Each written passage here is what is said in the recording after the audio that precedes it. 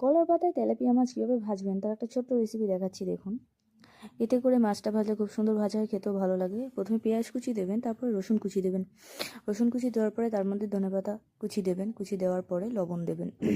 লবণ দেওয়ার পরে হলুদ দেবেন, পরিমাণ মতো আপনারা যেটুকু নেবেন সেটুকু আপনারা দেবেন।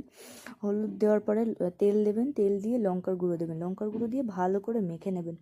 একটু তেলটা বেশি দেবেন, খেতে ভালো লাগবে। তারপরে এটা চাইলে আপনারা উনুনে করতে পারেন, গ্যাসে করতে পারেন, যেভাবে খুশি সেভাবে করতে পারেন। একইভাবে রুটি ভাজা তাওয়াতে করলেও কোনো অসুবিধা নেই, সবটাই হবে, উনুনেও হবে।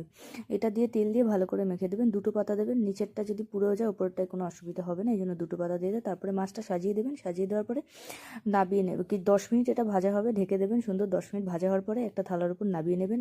আবার একটা কলাপাতা দিয়ে তার উপরে ঢেকে দিয়ে তাতেও তেল দিয়ে আর একটা থালা দিয়ে উল্টে দেবেন। উল্টানো পিসটাও 10 মিনিট আবার ভাজবেন।